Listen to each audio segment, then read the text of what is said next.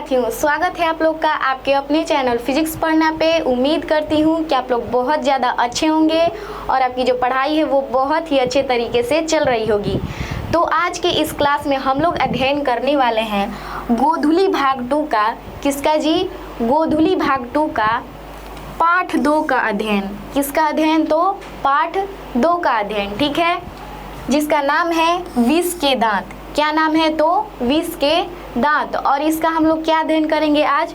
तो लेखक का परिचय, ठीक है। यानी कि आज के इस क्लास में हम लोग विष के दांत कहानी का लेखक परिचय जानेंगे। यानी कि आज के इस क्लास में हम लोग लेखक के बारे में बहुत ही अच्छे से जानेंगे कि आखिर इसके लेखक कौन है, इनका जन्म कहाँ हुआ था, इनके पिताजी का क्या नाम था, ठीक है। तो चलिए हम लोग क्लास को आगे की ओर बढ़ाते हैं। तो आइए देखते हैं लेखक का परिचय अपना, ठीक है। यहाँ पे देखिए दिया है विष के दांत। सबसे पहले इस चैप्टर का नाम दिया है। क्या नाम है? तो विष के दांत।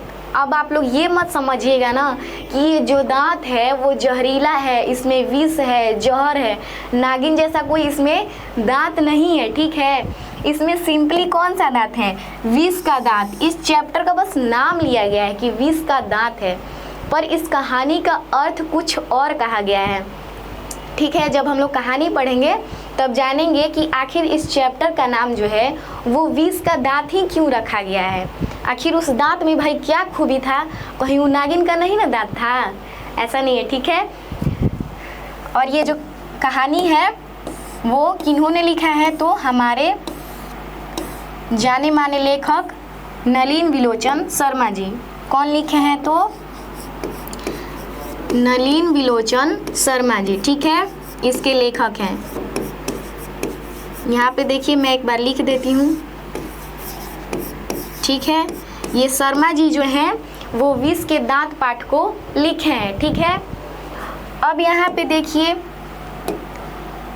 इनका जीवनी दिया गया है, ठीक है। यहाँ पे पहले आप लोग देख लीजिए कि यही है हमारे महान लेखक नलिन विलोचन शर्मा जी, जिनके बारे में आज हम लोग अध्ययन करेंगे, जिन्होंने विष के दांत को लिखा है, ठीक है।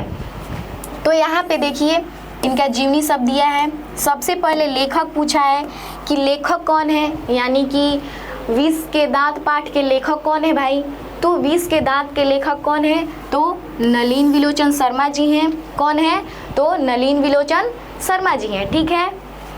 अब आगे जानते हैं और आगे देखिए, आगे है जन्म। इस लेखक का जन्म कब हुआ था और कहाँ हुआ था? तो इनका जन्म 18 फरवरी 1916 ईस्वी में पटना के बदरघाट में हुआ। कहाँ हुआ? पटना के बदरघाट में हुआ। कब हुआ? तो 18 फरवरी 1916 ईस्वी में। कब हुआ जी? तो 18 फरवरी 1916 ईस्वी में पटना के बदरघाट में नलिन विलोचन शर्मा जी का जन्म हुआ। क्लियर इतना? एग्जाम में आप लोग का पूछ देगा कि विष के दांत पाठ के लेखक कौन है? तो कौन है? नलिन विलोचन शर्मा जी। फिर पूछ देगा कि नलिन विलोचन शर्मा जी का जन्म कब हुआ? तो 18 फरवरी 1916 ईस्वी में। कहाँ हुआ? तो पटना के बदरघाट में। इतना हम लोग क्लियर कर लिए, ठीक है, बहुत अच्छे से हम लोग जान लिए।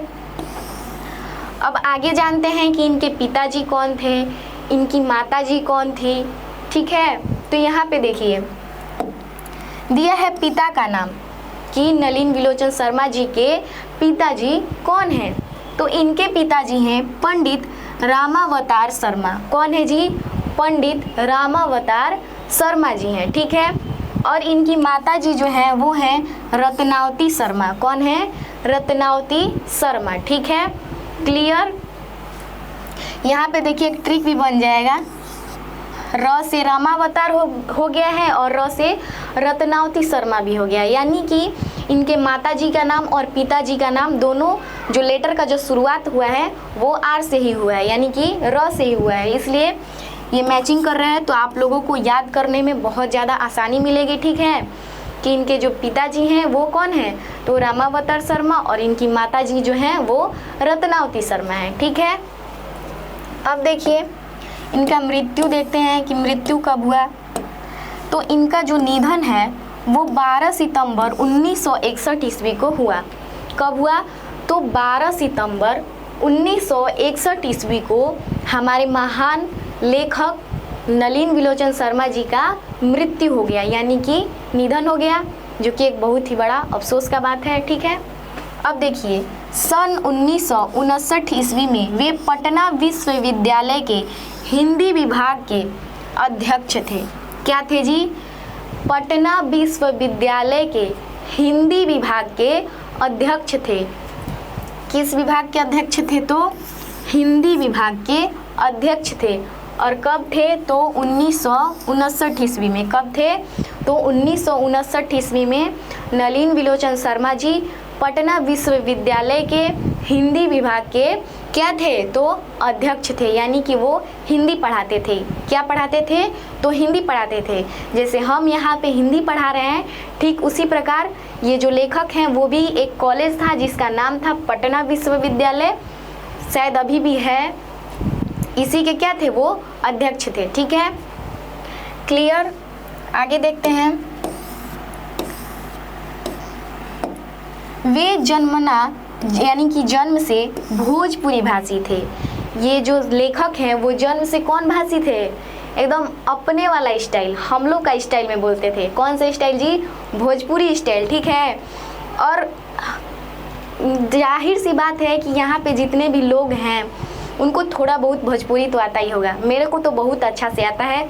आप लोग कहिएगा तो हम कभी बोल के भी आप लोग को बहुत अच्छे से सुना भी देंगे। ठीक है, क्योंकि जो भोजपुरी है ना बहुत अच्छा भाषा है। ठीक है, इसको गलत मत समझिएगा, क्योंकि ये जो भोजपुरी है वो हमारा ग्रामीण भाषा है। ठीक है, इसीलिए हम लोग इसे भूल नहीं सकते हैं। ठीक उसी प्रकार ये जो लेखक हैं वो क्या थे? जन्म से भोजपुरी भाषी थे।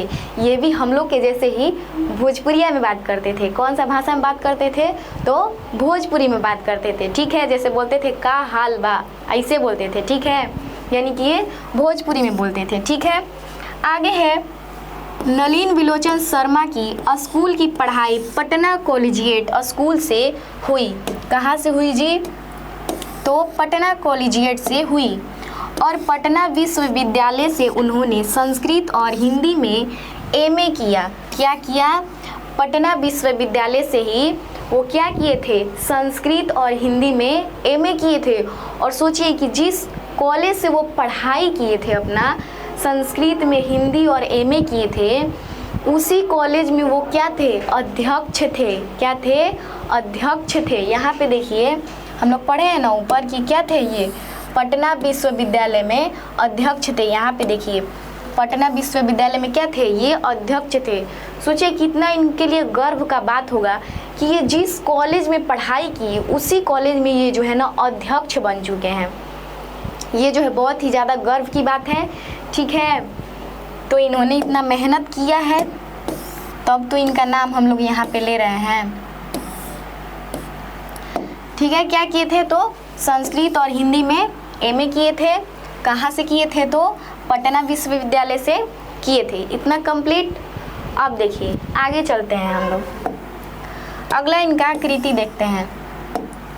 प्रमुख रचनाएं एवं भाषण, दृष्टिकोण, साहित्य का इतिहास, दर्शन। इनका जो प्रमुख रचना और जो भाषण है वो कौन कौन से हैं? तो दृष्टिकोण। कौन है जी? दृष्टिकोण। उसके बाद है साहित्य का इतिहास, दर्शन। कौन सा है? साहित्य का इतिहास, दर्शन। उसके बाद है मानदंड। कौन सा है? मानदंड। उसके बाद है संत परंपरा और साहित्य। संत परंपरा और साहित्य। नकेन प्रपद और नकेन दो।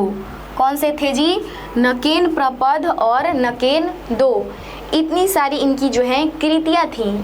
और भी इनकी बहुत सारी कृतियाँ हैं जो आपके एनसीईआरटी बुक में दिया गया है, बट मैं यहाँ पे नहीं लाई हूँ क्योंकि मेरे हिसाब से जो जो VVI लगा है और ये सब है भी VVI, जो VVI है मैं सिर्फ उसी को लाई हूँ। ठीक है, क्योंकि उसमें बहुत ज़्यादा दिया है, तो जो VVI है मैं यहाँ पे आप लोग को दिखा दी हूँ।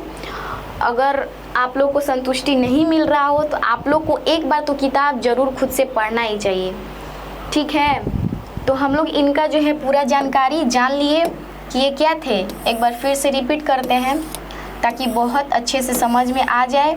यहाँ पे देखिए, सबसे पहले था इनका जन्म। इनका जन्म कब और कहाँ हुआ था? नलिन विलोचन शर्मा जी का जन्म कब और कहाँ हुआ था? तो 18 फरवरी 1916 ईस्वी में पटना के बदरघाट में हुआ था। ठीक है। उसके बाद था इनका पिताजी का नाम, कि इनके पिताजी का क्या नाम है? तो इनके पिताजी का नाम पंडित रामावतार शर्मा। ठीक है, रामावतार शर्मा। उसके बाद इनकी माताजी का नाम, तो माताजी का भी नाम है रत्नावती शर्मा। क्या नाम है? तो रत्नावती शर्मा। उसके बाद हम लोग देखें कि इनका निधन कब हुआ, तो इनका निधन 12 सितंबर 1961 ईस्वी में हुआ। ठीक है, इतना हम लोग बहुत अच्छे से देख लिए। फिर उसके बाद हम लोग देखें कि ये जो नलिन विलोचन शर्मा जी हैं, वो जिस विभाग से, यानी कि जिस कॉलेज से, पटना विश्वविद्यालय से, जहाँ से वो हिंदी में एमए किए थे, वहीं के वो क्या थे? हिंदी विभाग के क्या थे? अध्यक्ष थे। सोचिए, क्या थे जी? अध्यक्ष थे। ठीक है। और ये जो हमारे प्यारे जाने माने जो लेखक हैं नलिन विलोचन शर्मा जी, वो कौन सा भाषा बोलते थे? तो हम लोग का भाषा बोलते थे। कौन सा भाषा? तो भोजपुरी भाषा बोलते थे। ठीक है, यानी कि नलिन विलोचन शर्मा जी कौन से भाषी थे? तो भोजपुरी भाषी थे। ठीक है, ये अपना स्टाइल में बात करते थे, दुनिया जहान का स्टाइल में नहीं बात करते थे, एकदम अपना स्टाइल। का हाल बा, ये नहीं बोलते थे कि क्या हाल है, बोलते थे का हाल बा, ऐसे बोलते थे। ठीक है, यानी कि वो भोजपुरी भाषी थे। तो हम लोग इनका पूरा अच्छा से जन्म मृत्यु सब देख लिए, और अगले क्लास में हम लोग इस कहानी को पढ़ेंगे। और ये जो कहानी है ना, बहुत ही ज़्यादा इंटरेस्टिंग है। इसमें एक खोखा नाम का लड़का रहता है, जो है ना, एक लड़का का बहुत परेशान करता है उसको। तो वो जो लड़का है ना, मदन, उसका दांत ही तोड़ देता है। क्या तोड़ देता है जी? दांत ही तोड़ देता है। इसीलिए इसका जो नाम है ना, वो विष का दांत रखा गया है। ठीक है, मैं इस क्लास में इसको बताना नहीं चाहती थी, बट मैंने एक बार आप लोग को बता दिया कि जो चैप्टर है ना, बहुत ही मज़ेदार चैप्टर है। इसमें छोटे छोटे बच्चों का लड़ाई झगड़ा है, बहुत अच्छा लगता है पढ़ने में, और आपकी एग्ज़ाम की दृष्टि से भी बहुत ही ज़्यादा VVI है। तो हम लोग इतना जान लिए। ठीक है, तो अगले क्लास में हम लोग क्या पढ़ेंगे? इस पाठ को पढ़ेंगे बहुत अच्छे से। तो आज के लिए इतना ही, मिलते हैं नेक्स्ट क्लास में। तब तक के लिए जय हिंद, जय भारत।